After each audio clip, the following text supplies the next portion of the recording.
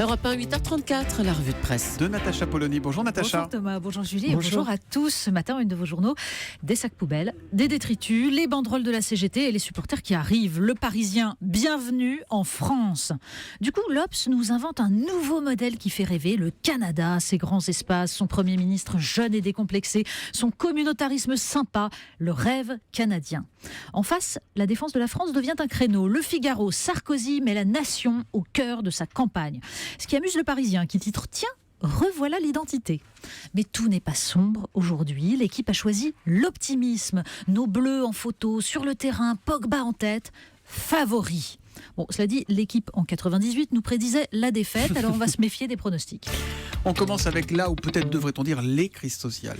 Oui, et ce matin dans les éditoriaux, on oscille entre colère et résignation. Quel spectacle, s'exclame Philippe Pallat dans le Midi Libre, entre la France du foot et celle du bac. Le pays dribble tant bien que mal entre ses grévistes au sang chaud et ses grognes à répétition. Dans le Parisien, Donna Vidal-Revel s'insurge. La France fait la démonstration internationale de son sens de l'accueil. Et le journal se fait un plaisir de citer l'inquiétude des supporters allemands et le Bild-Zeitung qui titre « Vont-ils nous bousiller l'euro ?» L'opinion de son côté nous apprend un nouveau mot, escraches. C'est comme ça que les Espagnols désignent les actions coup de poing ciblées contre les personnalités politiques à leur domicile ou lors de leurs déplacements chez nos voisins. Ces actions, pratiquées par le mouvement des Indignados pour protester contre les expulsions immobilières, ces actions ont provoqué l'indignation d'une droite, alors qui n'avait jamais condamné le franquisme, mais qui là pour le coup a parlé de nazisme pur et simple.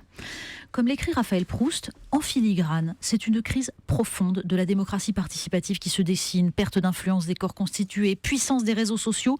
Tout un chacun peut se lancer dans l'action sans passer nécessairement par un collectif. Sur le site Figaro Vox, Jean-Pierre Le Goff parle de la fin d'un cycle qui se termine dans le chaos. La traduction d'une perte de confiance en les institutions et l'impression que la démocratie n'en est plus une. Il y a un débat qui monte ce matin, ça concerne la liberté d'enseignement, Natacha. Oui, et c'est exactement la même problématique qu'on retrouve dans le débat sur la liberté d'enseigner. Une liberté sous surveillance, écrit La Croix.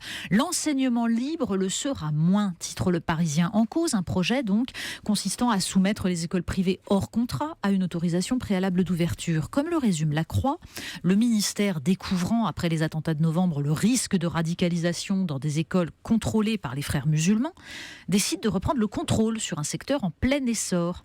Mais de ce fait, il reprend aussi le pouvoir sur des structures qui cherchaient à échapper aux préceptes pédagogiques en vogue rue de Grenelle. Par exemple, les écoles Espérance Banlieue, dont le fondateur alerte sur le site Figaro Vox pour défendre des établissements laïques, creuset de la nation, et qui ont le mauvais goût d'accomplir ce que devrait faire l'école de la République.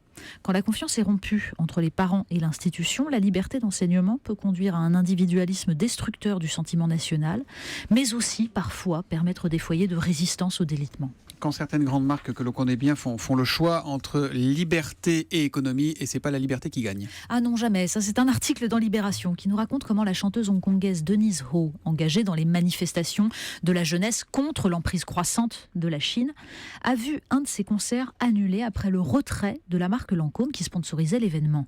Sur son site internet, la marque, propriété du groupe L'Oréal, présente la Chine comme un puissant moteur de la croissance de sa branche luxe.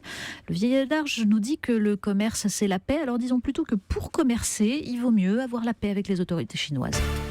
Pour terminer, comme vous ne pouvez pas vous contenter de voir des bons hommes courir après un ballon, voilà que vous réfléchissez autour de l'euro, Natacha. Oui, mais d'ailleurs je ne suis pas la seule. À la veille de l'euro, c'est un des plus vieux débats du monde qui ressurgit. Le sport n'est-il que l'exacerbation des passions les plus viles? Alors dans le Figaro, un professeur d'histoire antique nous rappelle les commentaires acerbes des premiers penseurs chrétiens contre les jeux organisés à Rome. Et déjà, les récupérations politiques, les gradins construits à l'économie et qui s'effondraient, les émeutes entre supporters.